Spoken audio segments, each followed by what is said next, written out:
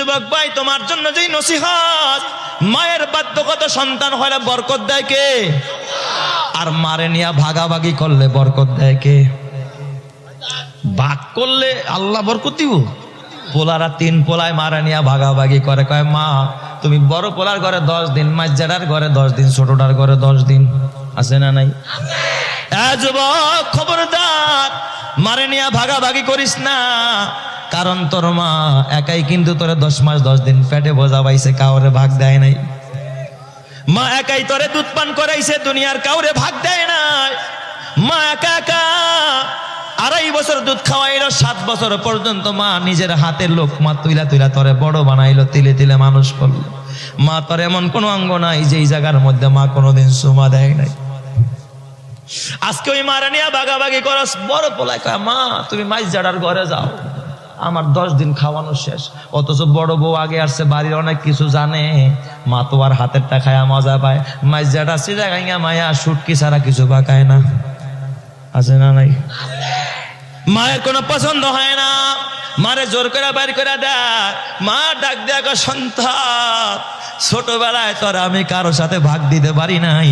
আমি মামার বুকটারে টয়লেট বানিয়েছি, আমি মা মুখের খাবারটা তোর মুখে তুলে দিয়েছিলাম, জীবনে খানা ভাগ করি নাই। তোর পাশের বাড়ির খালাম্মা, তোর কাকি আম্মা চিতাই পিঠা বানাইছে, 4টা পিঠা আলের মধ্যে দিয়া কয় ভাবি সাহেব আপনি বাইরে নিয়ে খাইয়েন। আমার পেটেও ক্ষুধা ছিল রে আব্দুল্লাহ, আমার খাইতে মনে চাইছিল, আমি মা খাই নাই। আমি মনে মনে ভাবছি আমার আব্দুল্লাহ পিঠাগুলো খুব পছন্দ করে, স্কুল থেকে আসলে আমার আব্দুল্লাহর সামনে পিঠা আর এই ঝোলগুলো আমি তুলে দিই। আমি মা না খায়া মুখের খাবার তোরে খাওয়াইছি, আজকে আমি মারে নিয়ে ভাগাভাগি করো। ও বাউনিয়া বাজারের মুসলমান, মা ভাগাভাগির জিনিস না। অথচ মারে বলবি মা তুমি আমার জান্নাত, তুমি আমার জাহান্নাম। মা যতদিন বাইচা থাকি কলিজা কাইটা খাওয়াবো, তুমি আমার ঘরেই খাও, মন চাইলে অন্যের ঘরে যাইবা না, মন চাইলে না যাইবা। এই কথা যদি বলতে পারো, তোর ঘরটারে জান্নাতের ঘর বানাবেন যিনি, তিনি কে? আরো জোরে বলেন না, তিনি কে? এ যুবক খবরদার, ওই মারে কষ্ট দিস না।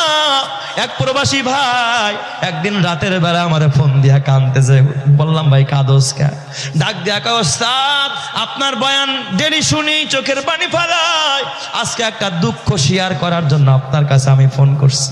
আমি বললাম ভাই জান আপনার এমন কি দুঃখ আমারে বলেন। কয় ওস্তাদ আমার মা একজন প্রতিবন্ধী, আমার মা একজন বোবা, আমার মা কথা বলতে পারে না।